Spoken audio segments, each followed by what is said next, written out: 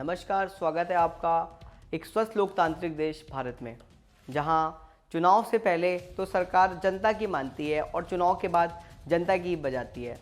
तो जैसा कि आपको पता ही होगा, पिछले 8 दिनों में पेट्रोल के दाम 6 बार बढ़ाए जा चुके हैं और पता नहीं आज भी बढ़ा ही दिए जाएं, क्योंकि ये जब आप खबर देख रहे हैं तो सुबह का समय है।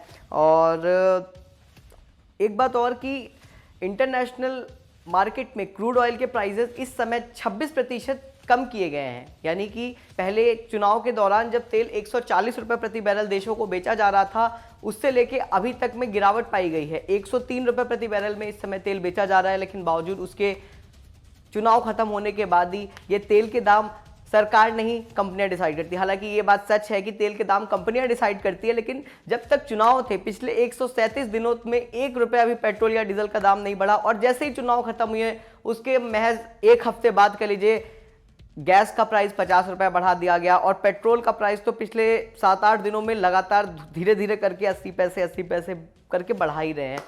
तो इससे जनता पे कितनी मार पड़ेगी। जनता की जेब में पैसे जाने की बहुत ही कम सरकार की तरफ से साधन है। जनता की जेब में तो पैसे उस हिसाब से जा नहीं रहे कि वो उस पर खर्च कर सके पेट्रोल और डीजल पे।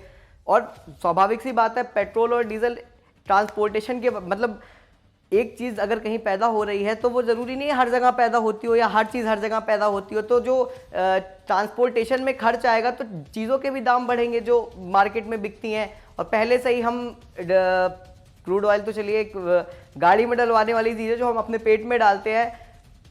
सरसों का तेल हो गया, सोयाबीन ऑयल हो गया, ये इसका रेट ऑलरेडी आसमान छू रहा है। तो ऐसे में पेट्रोल डीजल के बढ़ते दाम आम आदमी की जेब तो समझ लो खाली पहले से ही थी, अब फाड़ने पे आमादा हो गए। आइए आपको बताते हैं कहाँ कहाँ कितने दाम बढ़ाए गए हैं। तो देश के 4 प्रमुख महानगरों में पेट्रोल डीजलों की कीमतें कुछ इस प्रकार हैं कि चेन्नई में पेट्रोल 105 रुपये 18 पैसे और डीजल 95 रुपये 33 पैसे, कोलकाता में 108 रुपये 85 पैसे और डीजल 93 रुपये 92 पैसे, दिल्ली में 99 रुपये 41 पैसे और डीजल 90 रुपये 77 पैसे। वही मुंबई में 114 रुपये लीटर पेट्रोल और 98 रुपये 50 पैसा लीटर डीजल है।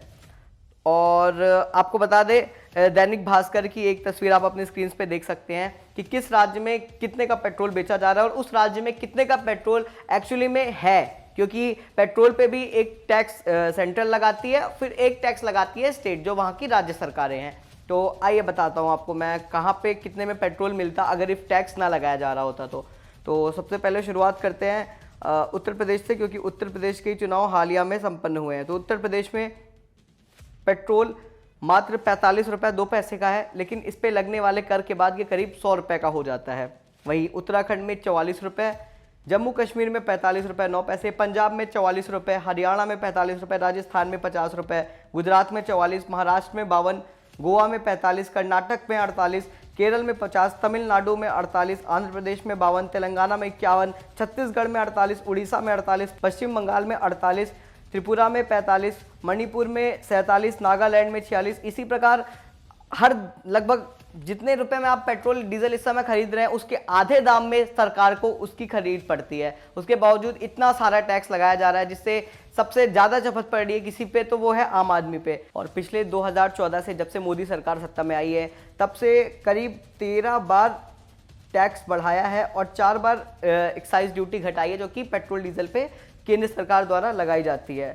वही केंद्र सरकार ने अप्रैल से दिसंबर 2021 तक करीब पेट्रोल डीजल पे लगने वाले टैक्स से करीब 3.31 लाख करोड़ रुपए की कमाई की थी। यह खुलासा एक आरटीआई से हुआ है। एक आरटीआई के जवाब में सरकार ने बताया कि पेट्रोलियम पदार्थों पर 3.3 लाख करोड़ रुपए का टैक्स उन्होंने पिछले 9 महीने में अप्रैल 2021 से दिसंबर 2021 तक वसूला है। अब देख, जनता कहीं ना कहीं त्रासदी तो झेल ही रही है उसके जेब पे पड़ते मारों की। और सरकार का एक एक्सक्यूज ये भी है कि ये जो तेलों के दाम बढ़ रहे हैं ये इस वजह से बढ़ रहे हैं क्योंकि रूस और यूक्रेन के बीच में वॉर चल रही है। तो मैं नहीं बोल रहा हूँ, ये एस जयशंकर जी जो विदेश मंत्री हैं मिनिस्ट्री ऑफ एक्सटर्नल अफेयर्स, उन्होंने ही अपना एक सांसद में बयान दिया कि रूस से भारत 1% से भी कम तेल आयात करता है।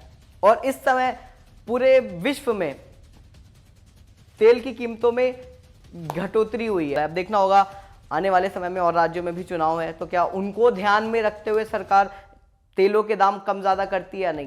देखते रहिए WCT न्यूज़। बहुत बहुत शुक्रिया।